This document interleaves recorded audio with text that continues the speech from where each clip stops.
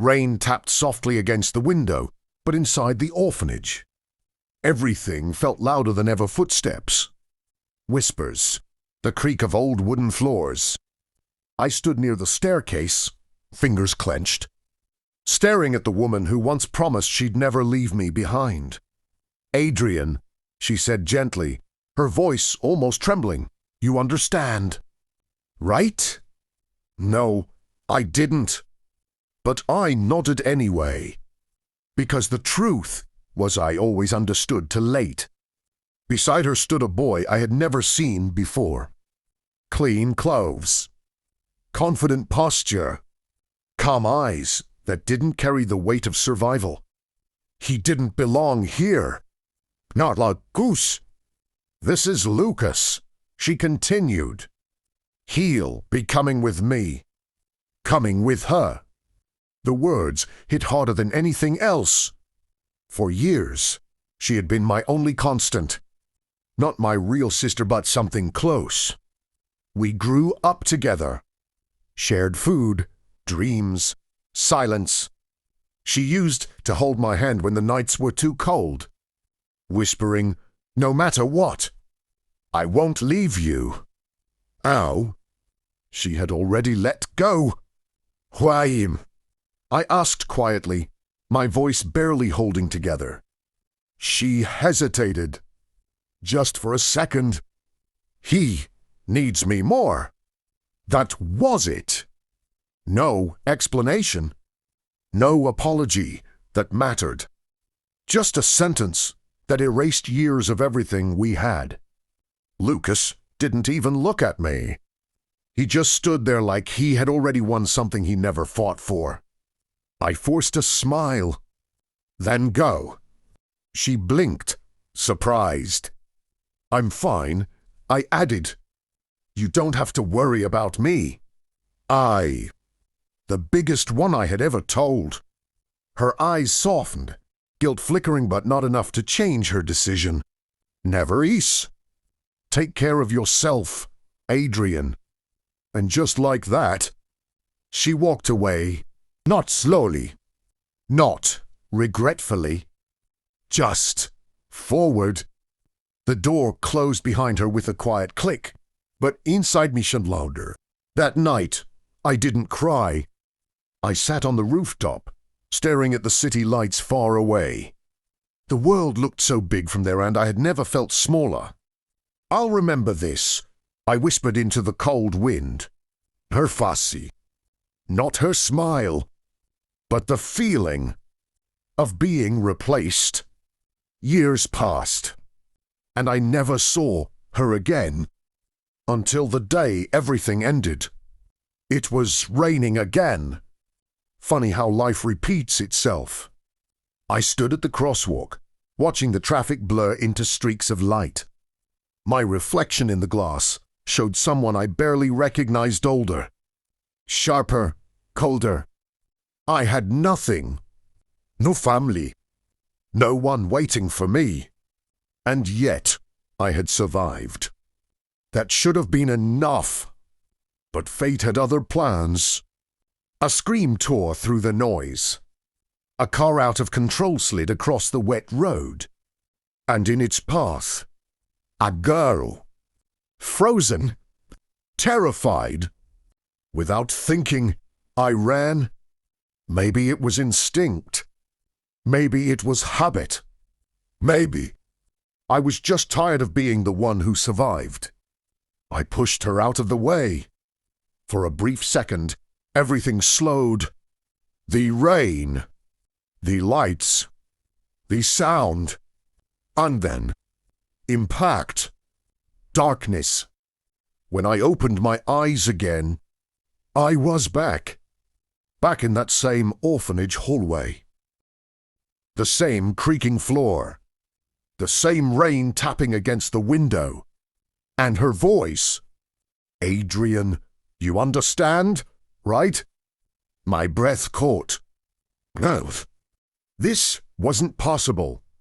But there she was, standing in front of me, and beside her, Lucas. The moment I had lost everything, Replaying. Again. This Jimmy. I didn't nod. I smiled. Slowly. Calmly. Dangerously. Yeah, I said. I understand perfectly now. This Jimmy. I wouldn't be the one left behind. Chapter 2. This time, I choose myself. The rain hadn't changed. The same dull grey sky. The same rhythmic tapping against the window. The same hallway that once witnessed the moment I lost everything.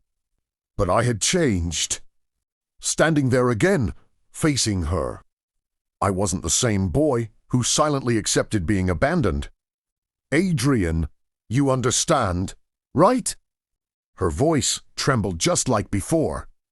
Beside her, Lucas stood calm and composed, like he already owned this moment. Last time, I nodded. This Jimmy. I smiled. Yeah, I said softly, meeting her eyes without hesitation. I understand perfectly. She blinked, slightly confused. Maybe she expected resistance. Maybe she expected tears. But I gave her neither. Because now, I knew how this story ended. And I wasn't going to play the same role again. You're choosing him, I continued calmly, glancing at Lucas for the first time. Not because he needs you, but because he's easier. Her expression tightened. That's not true. It is. I cut her off gently. He looks safe, stable, like someone who won't struggle.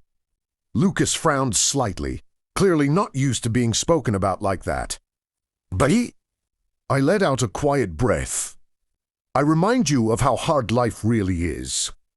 Silence filled the hallway. Heavy. Uncomfortable. Hell! For a moment, she couldn't say anything. And that told me everything. Last time, I thought I wasn't enough. This time, I realized. She just didn't have the courage to stop. Take care of him, I said, stepping back. Her eyes widened slightly. Adrian. No, I shook my head, still smiling, but this time it wasn't sad. It was freeing. You made your choice. Now I'll make mine. Lucas finally spoke. You're acting like this matters more than it does. I looked at him. Really looked at him. Clean clothes. Confident posture. Someone who had never been abandoned. You wouldn't understand, I replied simply. And I walked past them. That moment, that exact moment, everything changed. Instead of going to the rooftop like last time, I went somewhere else. The office. The headmaster looked surprised when I knocked. Adrian, what's wrong? I want to leave, I said. He frowned. Leave? Where would you even go? Anywhere but here. Anywhere but where I was second choice. Hours later, I stepped outside the orphanage. Not abandoned. Not broken. But free. The rain had stopped. For the first time, the sky felt different, like it wasn't closing in on me anymore. Days turned into weeks. Weeks into months. And slowly, I built something. Not a perfect life, but a strong one. I worked, studied, learned. Every scar became fuel. Every memory became a lesson. Years passed again. This Jimmy. I wasn't surviving. I was healing. Until one day, everything collided again. A black luxury car stopped in front of me. The door opened, and a man stepped out. Elegant suit. Quaquildaura. Eyes that carried power. You're Adrian, He said. It wasn't a question. I nodded slightly. Who's asking? He studied me for a moment, then smiled faintly. I've been looking for you. Something about his voice felt familiar. Dangerously familiar. I'm here, he continued, to offer you a life you were never supposed to have. I narrowed my eyes. And why me? He stepped closer. Because, he said quietly, you were never meant to stay at the bottom. My heart slowed. Not from fear, but from realization. This was the turning point. The moment everything changes in stories. And somewhere, deep down, I felt it. This path would lead me back to her, but not as the boy she left behind. This Jimmy, I would return as someone she could never ignore. The man didn't wait for my answer. He simply opened the car door and said, "Get in." For a moment, the world felt strangely quiet. This was the kind of moment people regret missing for the rest of their lives. And I knew this wasn't luck. This was a door. A dangerous one. But I had already lived a life where I stayed behind. This Jimmy, I got in. The interior of the car was silent, polished, powerful like stepping into another world. Who are you? I asked, keeping my voice steady. The man adjusted his cufflinks before answering. My name is Victor Holley. He paused, watching my reaction. And I'm your father's brother. My breath caught. I don't have family. You did, he corrected calmly. You just weren't allowed to keep it. Everything inside me tightened. Memories I never had. A past I never knew. A truth that had been hidden. Why now? I asked. Victor's gaze softened. Just slightly. Because you survived long enough to be worth finding. The car stopped in front of a massive gate. Iron. Elegant. Intimidating. As it slowly opened, I realized this wasn't just wealth. This was power. The Holley estate stood like something out of a different world. Grand architecture. Endless lights. People moving with purpose. For the first time in my life, I felt small. From today onward, Victor said as we stepped out, your life changes. I looked at him. And what's the cost? A faint smile. Everything you used to be.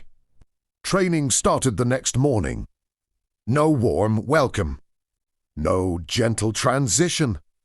Just pressure. Again. The instructor's voice cut through the air. I tightened my fists, ignoring the pain in my arms.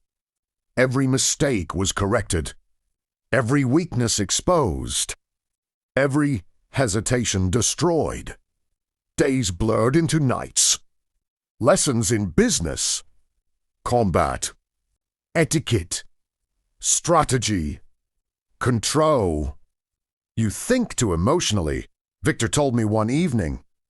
Because I had to survive, I replied. Oh no. He's asked. I met his eyes. I'm learning to win. For the first time. He looked impressed.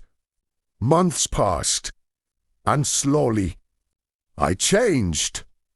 The mirror didn't show the same person anymore. Sharper gaze. Calmer posture. Controlled presence. No hesitation. Doubt. I wasn't becoming stronger.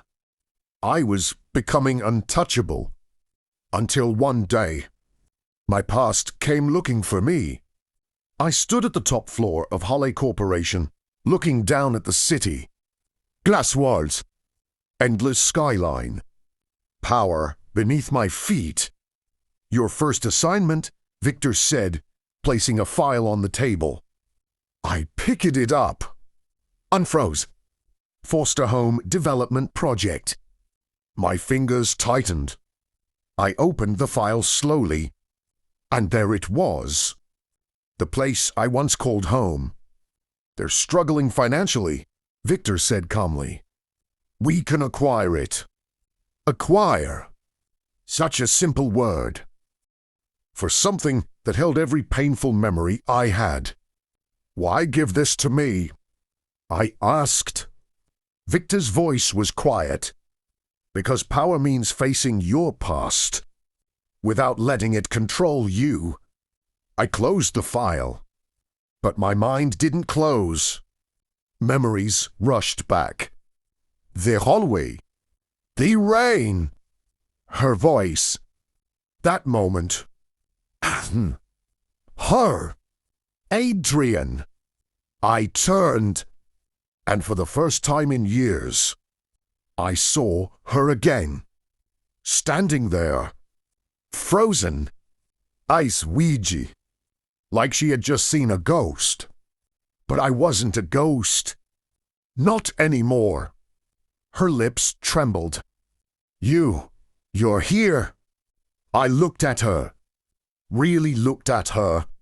Same eyes. Emphasis. But now, I saw everything I couldn't see before. Regret. And something else. Something deeper. Yeah, I said calmly. She took a small step forward. Like she didn't believe it. Like she was afraid I would disappear. You changed. She whispered. I smiled. This Jimmy. There was no warmth in it. You didn't. Silence. Heavy. Sharp. Unforgiving. She lowered her gaze. And in that moment, I understood something clearly. She remembered. Everything. And for the first time, she felt it too. The weight of that choice. I turned away slightly. Not because I was weak, but because I didn't need to look at her anymore. I'm busy, I said coldly. If this is about the project, talk to my assistant. Her voice broke slightly. Adrian. Wait. But I didn't. Because this time, I wasn't the one being left behind. I walked past her. Without stopping. Without turning. And behind me. For the first time, she didn't call my name. She just stood there, realizing she had already lost me. The silence after I walked past her lingered longer than I expected. Not in the hallway, but in my mind. Adrian. Wait! Her voice had cracked. For a second. Just a second. My steps almost slowed, but I kept walking because I remembered something clearly now. That same hallway. Years ago. Rain pouring outside. My voice calling her name. Wait, please don't choose him. And she didn't stop. So why should I? The elevator doors closed with a soft chime. And just like that, the past was sealed behind me. Or so I thought. Sir, the girl from earlier is still here. My assistant's voice interrupted my thoughts as I entered my office. I didn't even look up. Then she can keep waiting. A pause. She sees. She won't leave. I leaned back in my chair, staring at the ceiling. Persistent. Was new. Give her 10 minutes, I sighed calmly. Then ask security to escort her out. Yes, sir. The door closed. But something didn't sit right. She wasn't the type to wait. She was the type to walk away. So why now? 10 minutes passed, then 20, then 30. Finally, I stood up, not because I cared, but because I was curious. When I stepped into the lobby, saw her, is still there, standing near the glass doors, hands clenched, eyes fixed on the floor. She looked different, not in appearance, but in presence, less certain, Maudie Fred. When she noticed me, her head snapped up, and for a moment, hope flashed across her face. Adrian! Make it quick, I said, cutting her off. The word hit her harder than I expected. I saw it in her eyes. It's you! She didn't leave. I needed to talk to you. Her voice was softer now. Carefu. Like she was afraid I'd disappear again. I crossed my arms. You had years to do that. Silence. I know, she whispered. And for the first time, she didn't try to defend herself. That surprised me. I didn't understand back then. She continued slowly. I thought choosing him was the right thing. I let out a quiet breath. Ow. Her eyes met mine, and this Chimmy. They didn't waver. I was wrong. 3 simple words, but they carried years of weight. It's you. They meant nothing. People are wrong all the time, I said calmly. That doesn't make it my problem. Her lips trembled slightly, but she didn't look away. I know I hurt you. I didn't respond. I know I chose someone else over you. Still nothing. And I know, her voice broke, just slightly, that I lost the right to ask anything from you. Finally, I spoke. Then why are you here? That question hit harder than anything else. She hesitated. For the first time since I saw her, she looked unsure. She swallowed. I wanted to see if there was still something left. And there it was. Not an apology. Not closure. Hoppy. I almost laughed. Something left. I repeated. She nodded slowly. I stepped closer. Not gently. Softly. But with intention. You think you can walk back into my life, I said quietly. After everything. And just check if something is still there. Her eyes filled slightly. But she didn't step back. That told me everything. She wasn't here for closure. She was here because she was losing something. And she just realized it. You didn't come here for me, I said. Her brows furrowed. I cut her off again. You came here because your choice didn't turn out the way you expected. Silence. Heavy.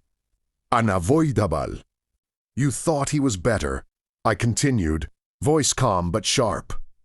And now that he's not, you're looking back. Her breathing became uneven. That's not. It is. I stepped back, creating distance, because this conversation was already over. I don't need to know what happened, I said, and I don't need your regret. Her eyes widened slightly. Adrian! I shook my head. You made your decision once, I said, and I respected it. Apausi. So respect mine. That broke her. Loudly. Not dramatically, but quietly, like something inside her finally collapsed. I'm not asking you to take me back, she whispered. I just don't want to be a stranger to you. I looked at her. Longer this time. And for a moment, I saw the girl I used to know. But only for a moment. Because that version of her no longer existed. Then you'd have treated me like softly. And with that, I turned away. Again. But this Jimmy, her voice didn't call out. Because she understood now. Some things don't come back. And some people don't wait forever. As I walked back toward the elevator, my first, a message from Victor. Prepare yourself. The next step begins tomorrow. I glanced back once. She was still standing there, alone, just like I once was. But unlike before, I didn't go back. The next day, everything changed. Not because of her, but because of me. I stood at the top floor of the building, staring out at the city skyline. The same city that once felt too big for me, now felt small, controllable, predictable. Sir, the board members are ready. My assistant's voice was calm, professional. Let them wait 2 minutes. I adjusted my cufflinks slowly, not out of nervousness, but habit. Because today wasn't just another meeting. It was a declaration. I walked into the boardroom. Dozens of eyes turned toward me. Executives, investors, people who once wouldn't even look in my direction. Oh, they stood. Respect, power, control. Let's begin, I said simply. The presentation started. Numbers, growth, expansion. But none of that mattered, because halfway through, the door opened, and she walked in. Gasps filled the room. Whispers spread like fire. She wasn't supposed to be here. But there she was, standing at the entrance, wearing the same expression she had yesterday. Except this time, there was no hope left. Only resolve. I'm sorry for the interruption, she said, voice steady. Everyone looked at me, waiting. I didn't react. Continue, I said calmly. The presenter hesitated, but obeyed. She didn't leave. Instead, she walked forward, slowly, carefully, until she stood right across from me. I won't take much of your time, she said. I finally looked at her, and for the first time, I saw something different. Not regret, not desperation, acceptance. Say what you came to say, I replied.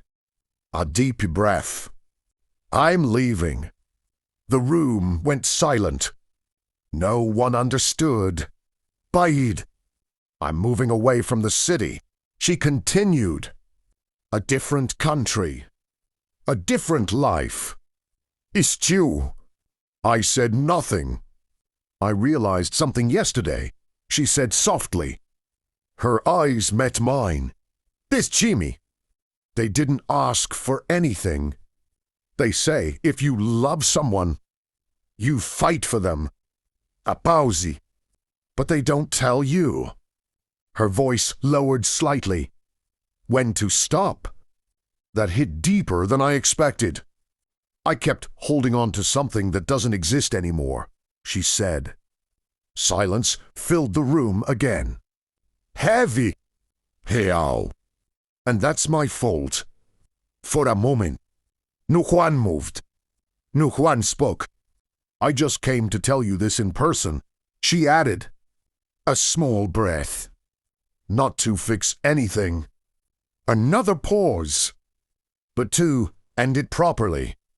And just like that, everything between us came to its final moment. No longer shouting, just truth. Happy. She hesitated slightly. You live a life where you never feel the way I made you feel. That was it. No dramatic goodbye. No tears. Just honesty. Then she turned and started walking away. No one stopped her. Not the board. Not the room. Not me. But as she reached the door, wait. The word left my mouth before I could stop it. She froze. Slowly, she turned back. And for the first time, I didn't see the past. I saw the present. A woman who had finally accepted reality. A woman who was letting go. I walked toward her. Steppy by steppy. The room disappeared. The noise faded. Until it was just us. Again. I meant what I said yesterday. I told her calmly. Her eyes didn't change. I know, she replied. A palsy.